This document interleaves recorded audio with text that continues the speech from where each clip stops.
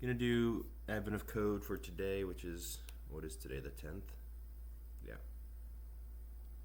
Okay.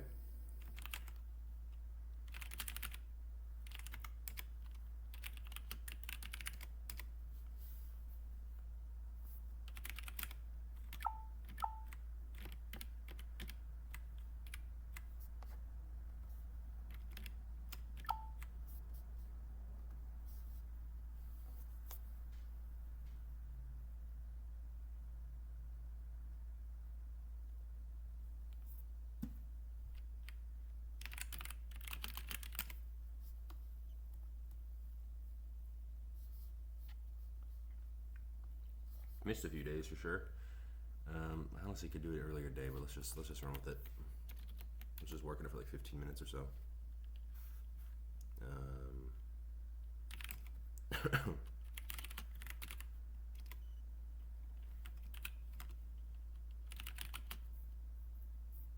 We also want to make a folder for that stores the input, like I do for the other problems. So go there. Let's also copy the starter file to today's file if I have something to work with.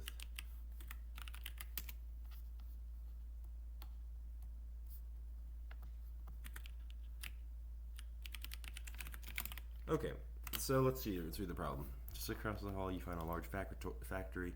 Fortunately the elves here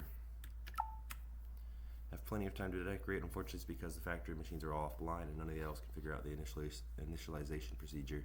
The elves do have the manual for the machines, but the section detailing the initialization procedure was eaten by a Shiba Inu.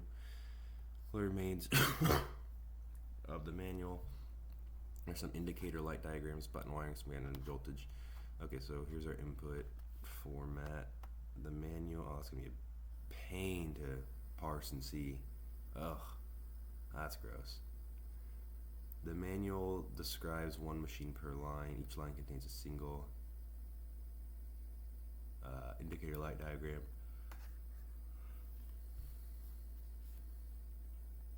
Okay. So with these problems, especially in C, there's always two parts. There's the parsing input part, and then there's the actual problem solving part. So I think because this input parsing seems really painful, I'll just start with part 2. So I'll essentially manually populate some sort of array of structs with the data from the input, and then just work on the actual problem solving aspect, and then later I can work on the input parsing logic so that I can get the input, from the actual for the puzzle input. But I'll throw this into our files for now, so we have it.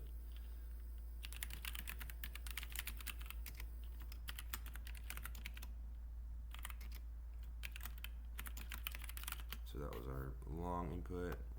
Is this our short input then that we're working with, I assume?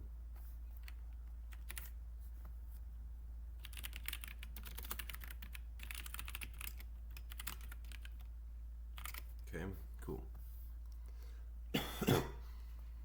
So again, we're not really going to use those files right now because we're not going to work on the input parsing logic yet, but it's just nice to have it. The manual describes one machine per line. So the square bracket is some light indicator light diagram. One more button wiring schematics and voltage requirements, okay? The indicator lights must match those shown in the diagram where dot is off and pound sign is on. The machine has the number of indicator lights shown, but its indicator lights are all initially off. So an indicator light diagram like that means that the machine has 4 indicator lights which are initially off, and that the goal is to simultaneously configure the first light to be off. Oh, interesting. Oh wow. And the goal is to simultaneously configure. Alright, leave me go outside, buddy. Don't bark at the dogs, okay? Don't be crazy.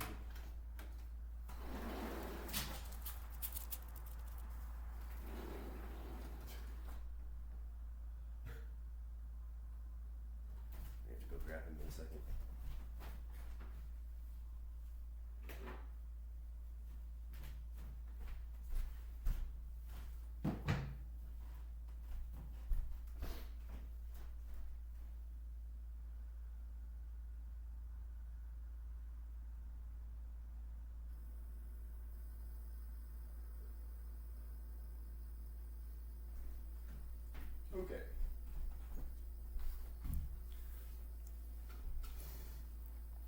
So the square bracket is kind of what we want our end goal to be.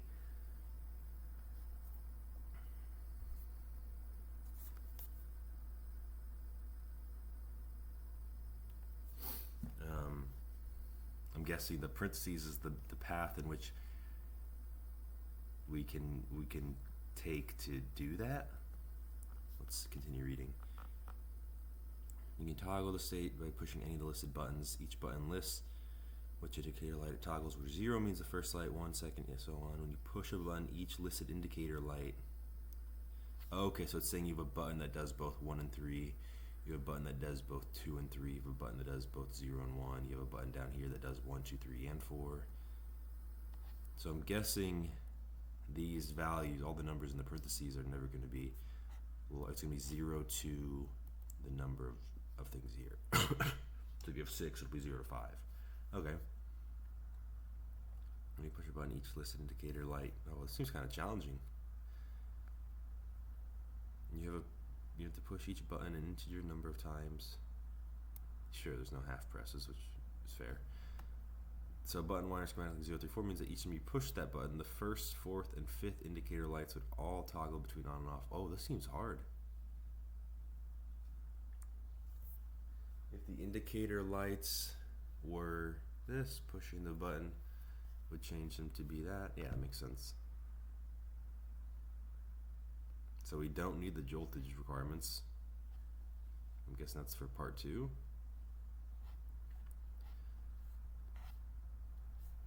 A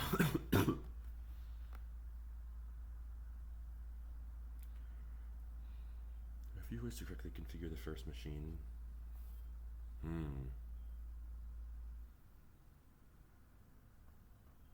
I feel like there might, maybe I'm overthinking it, but I feel like there might be there's supposed to be some clever way to map these button inputs so we can then kind of relatively easily figure out, what to do. I don't know what that would be or if that's even correct, but like some sort of table to indicate something. I don't know.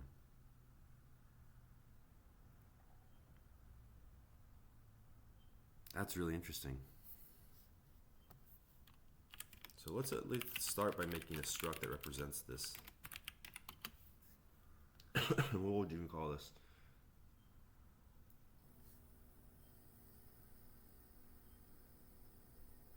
For each machine, so we just call it machine. So we need to have, well, let's see what the max input is as well. The max, what's the largest machine size? It's like no bigger than 10 or so. Do 16. So we can have a 16-bit int representing the lights. Well, yeah, it can be the goal lights.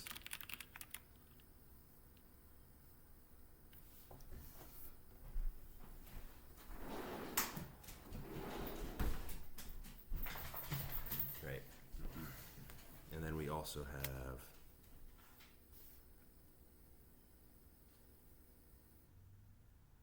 we want to store these button, what do they call that? The wiring schematic? Yeah. Which is really an array of arrays. An array of tuples, really. But we're in C, so they won't have tuples. I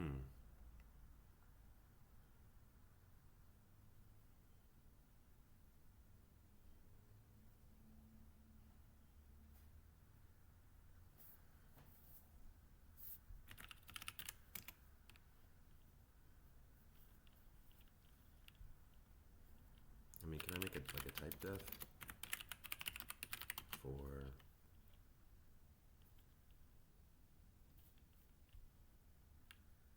an int array? Can we just call that a wiring schematic? Should that be a capital W? I don't know. Can I do this? Can I go wiring schematic and then we have an array of wiring schematics? that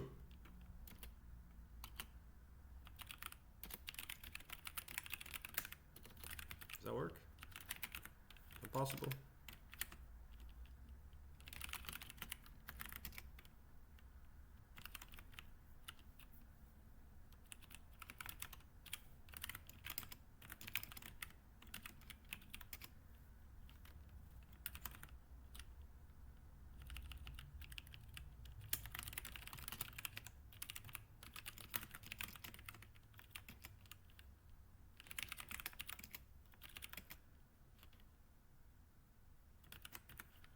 Does that not work?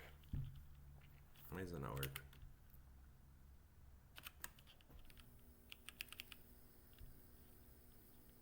I mean, let's say at most 16, right?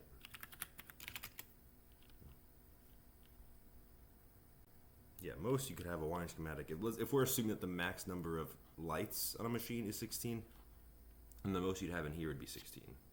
So each wiring schematic is an array of max size 16, and then we have an array of all the schematics. But I don't know if that lets you work. Oh, it does work, cool.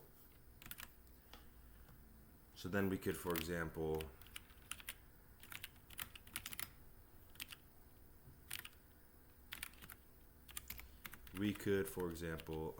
create a machine which would look like, let's just do this first line. We could say machine dot goal lights equals, how do you do bike? I mean, you could do hex 001. Wait, if you have a 16-bit int, then it's a, yeah, right? So I'd want to set, oh, sure.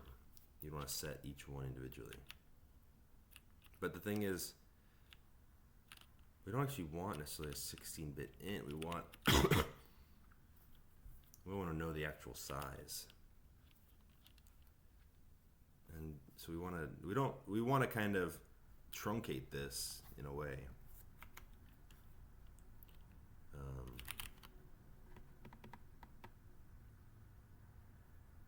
What would we call that?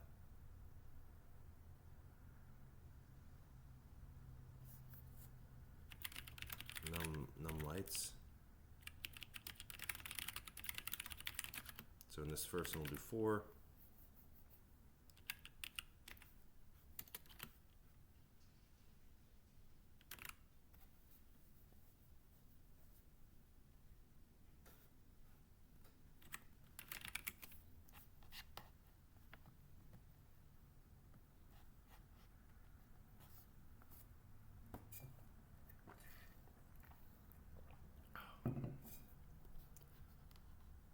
So if I wanted the binary to be,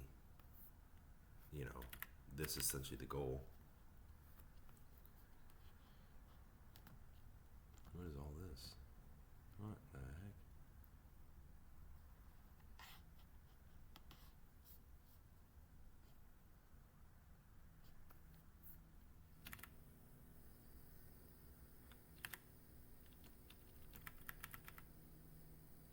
Oh, sure. It's 6 across the board. As hex, though, would also be, what? Oh, base 8. Wait, it would be 6? How does that work?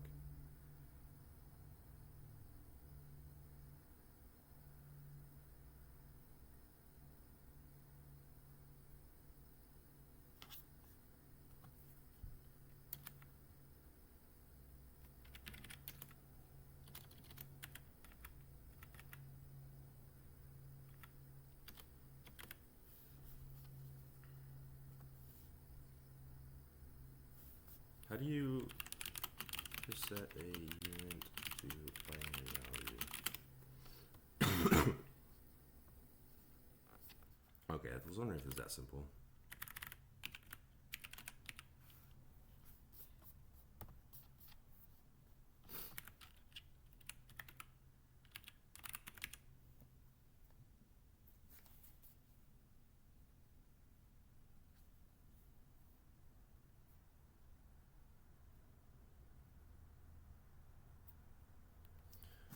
Okay, so machine goal lights is that.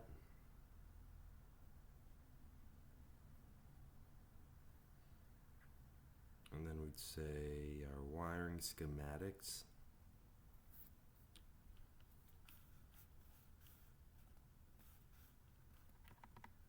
Wait, no, we'd want. Now, overall, we could have a bunch of wiring schematics, I suppose. Any number of combinations. I mean, it can be a good amount. Let's be honest.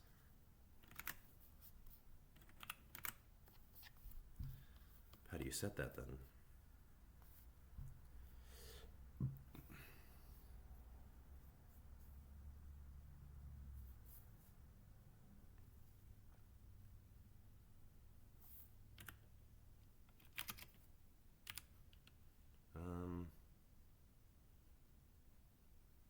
Wiring schematics. If each wiring schematic is an array of ints, we'd want to know how many wiring schematics there is, so let's have that as a thing.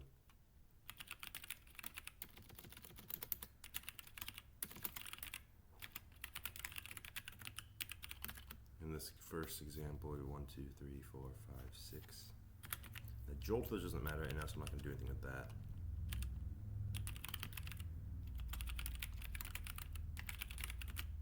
So we have 6, and then we could say, does that work though? Yeah, I was wondering if that's going to be an issue. Wasn't that? Oh, not at end. Okay, it just needs to be at the end.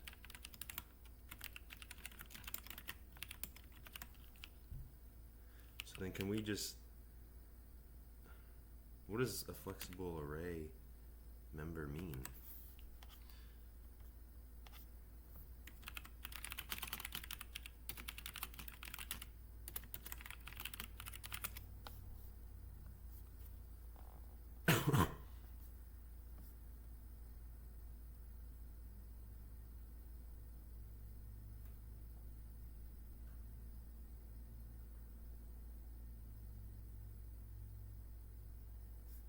So it's really just a pointer.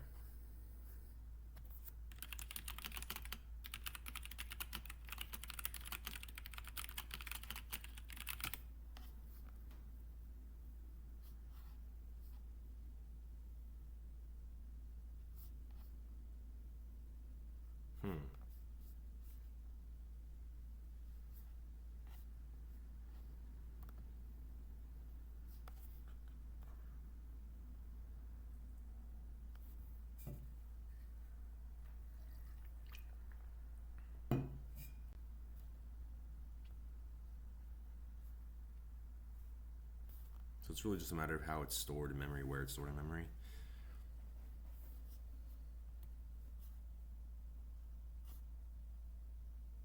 I guess, okay. So you'd still malloc it? Well, you'd malloc the...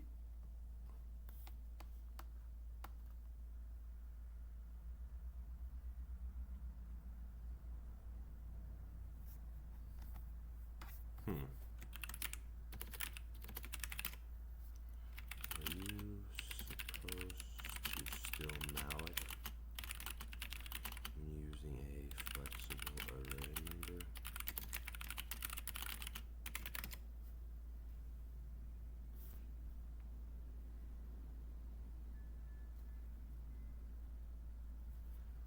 So this isn't mallocing for the entire thing though. But you don't malloc specifically the fam, you could malloc the entire struct.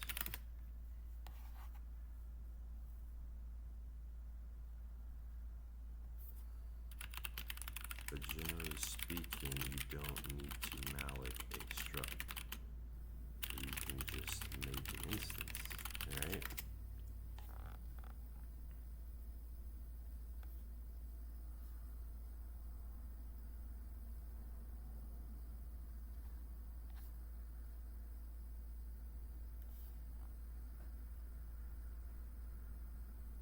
Oh, so if it has a flexible array member, you have to malloc.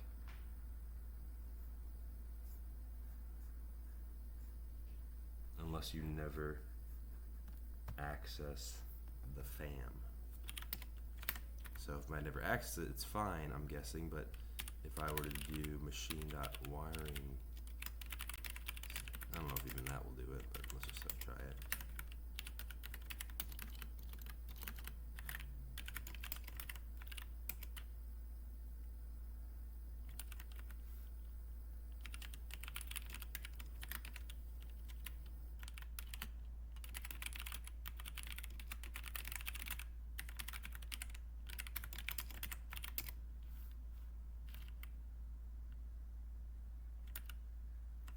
Oh, sure.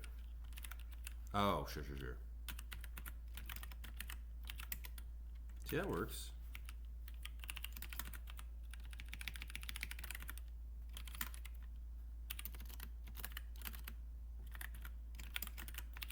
What's a stack smashing? Oh. What error would I get if I tried to access that FAM without malloking the entire struct?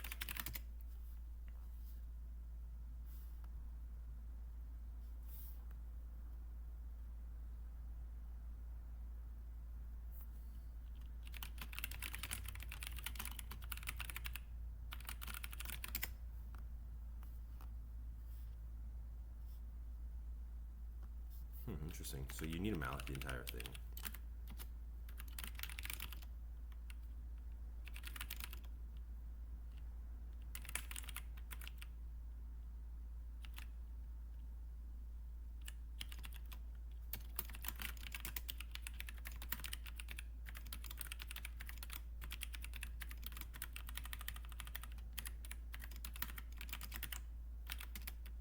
Okay, cool.